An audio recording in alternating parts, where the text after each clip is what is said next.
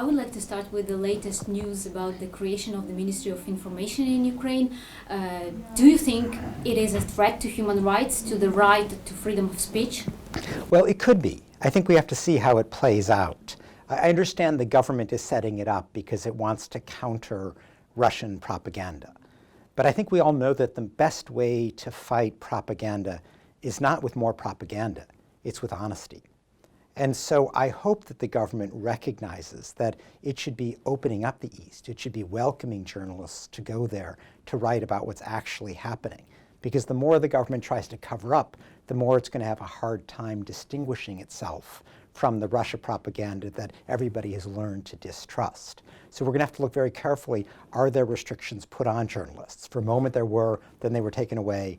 I hope that the government has learned from that little debacle to not try to restrict journalists, but rather to try to facilitate their access to whatever can be found in the East. What are your other concerns in the field of human rights in Ukraine? What were you talking about with Ukrainian officials? Well, Human Rights Watch, in any armed conflict situation, always reports on both sides. And so over the last several months, we've actually put out 23 different publications about abuses by the separatists, by the rebels. We also put out a major report on the Russian occupation of Crimea and the abuses that the Crimean Tatars are facing, or people who don't want to adopt Russian citizenship.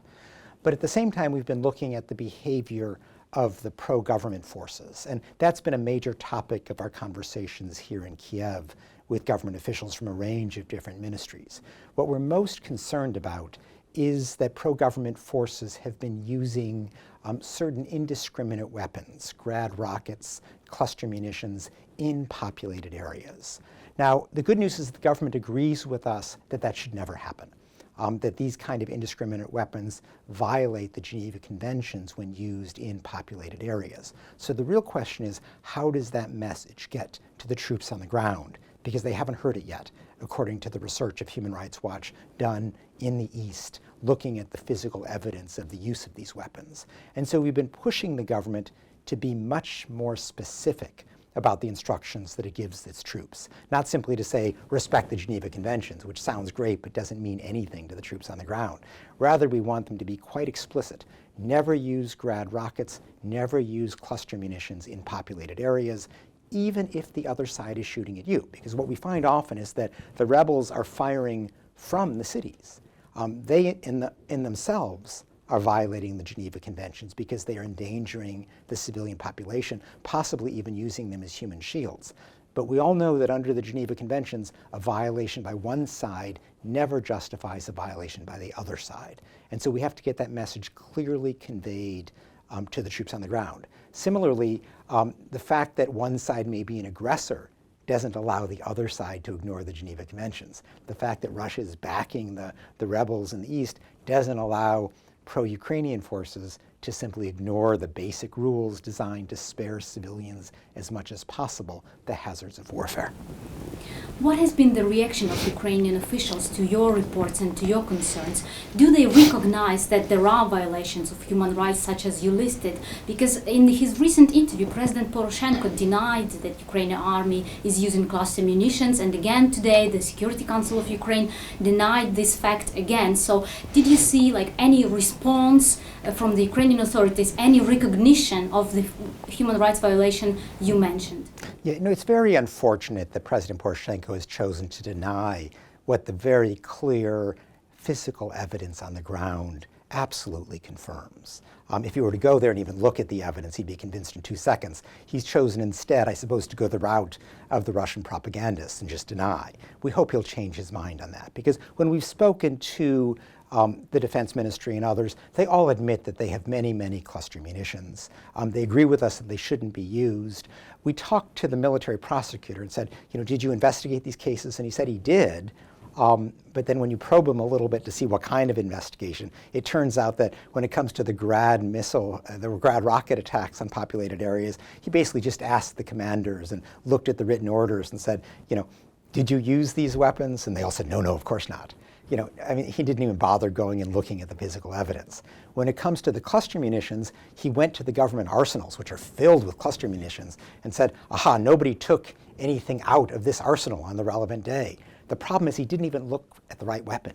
He was looking at anti-personnel mines, not the cluster munitions that were actually used. So these are not serious efforts to get to the truth.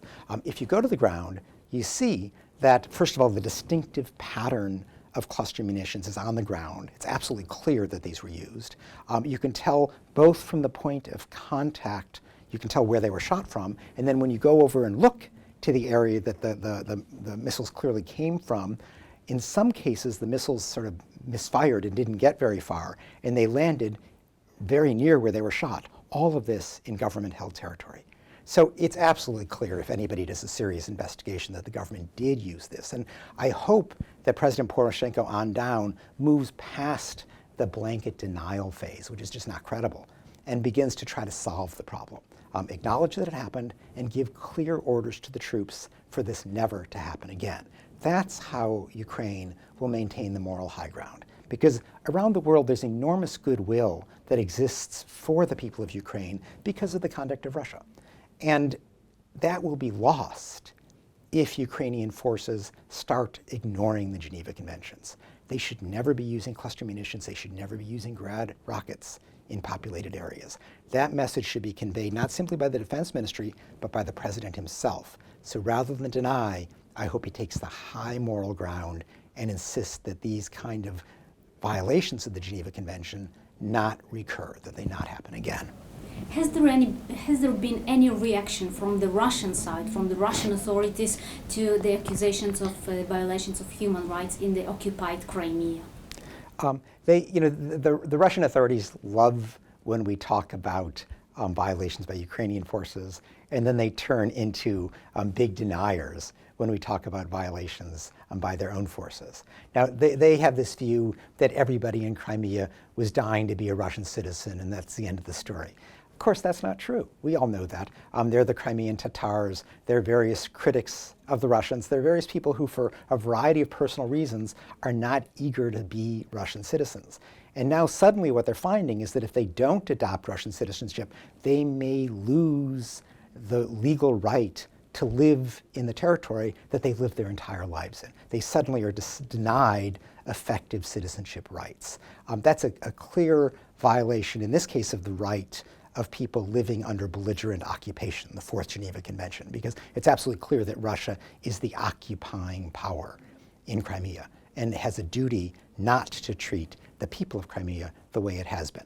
Now, I'm about to go to Moscow, having completed my talks here in Kiev, and this is one of the issues that I'm going to be raising in my conversations with the Russian government, to push them to stop this effective blackmail on the people of Crimea, to force them or to pressure them to assume Russian citizenship. There have been some concerns about the reports of human rights organizations such as Human Rights Watch being manipulated by Russia, by Russian propaganda.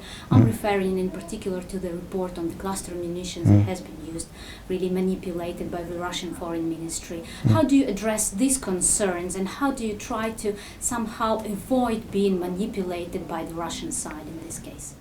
The Russians had nothing to do with our investigation. Human Rights Watch is a completely independent organization.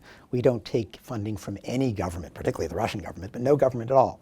We operate completely independently. We go into the field, we look for witnesses to violations, we look for victims, we look at the physical evidence. We do this on our own. Our own people are there. The Russian Foreign Ministry, the Russian government had nothing to do with it. They didn't know what we were going to find until we published the report, and they learned about it at the same time you learned about it. So the idea of blaming Russian propaganda is a cheap trick. I mean, that's not what was going on here. This is what happened on the ground.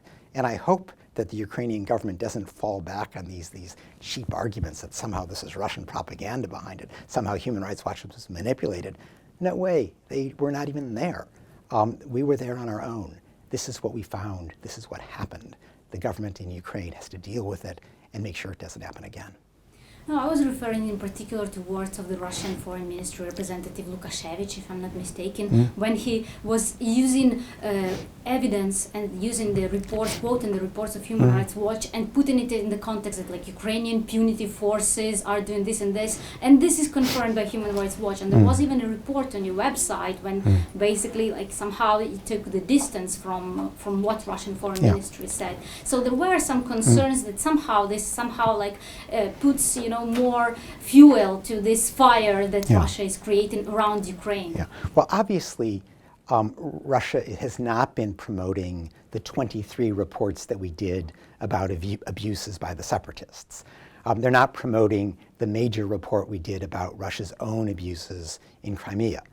They talk about the reports we do about Ukrainian government force abuses. That's not surprising. But we highlight the full body of our work. We make sure that the world doesn't hear only the Russian selective version of Human Rights Watch. They hear the complete picture of what we've done. But of course, if you look at the Ukrainian government, the best way to avoid giving Russia these propaganda opportunities is to stop the misconduct by Ukrainian troops. That requires clear directions, not the vague direction of respect the Geneva Conventions, but rather explicit directions. Never use cluster munitions, never use Grad rockets in populated areas. If President Poroshenko, rather than denying and denying, would send that message, Russia would lose this propaganda opportunity.